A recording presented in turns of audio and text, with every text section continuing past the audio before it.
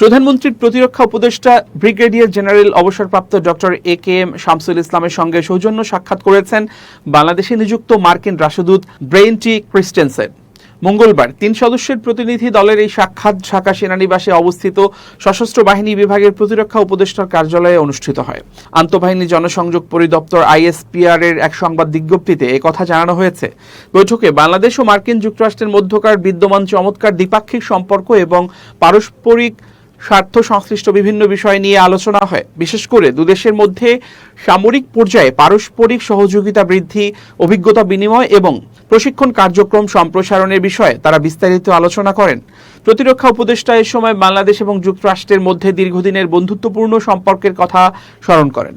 একই সঙ্গে তিনি প্রতিরক্ষা খাতে এই সহযোগিতা আগামী দিনে আরও বেগবান হবে বলেও আশা ব্যক্ত করেন। এ সময় মার্কিন রাষ্ট্রদূত বাংলাদেশের সশস্ত্র বাহিনীর পেশাদারিত্ব এবং শান্তিরক্ষা মিশনে তাদের অবদানের ভূয়সী প্রশংসা করেন।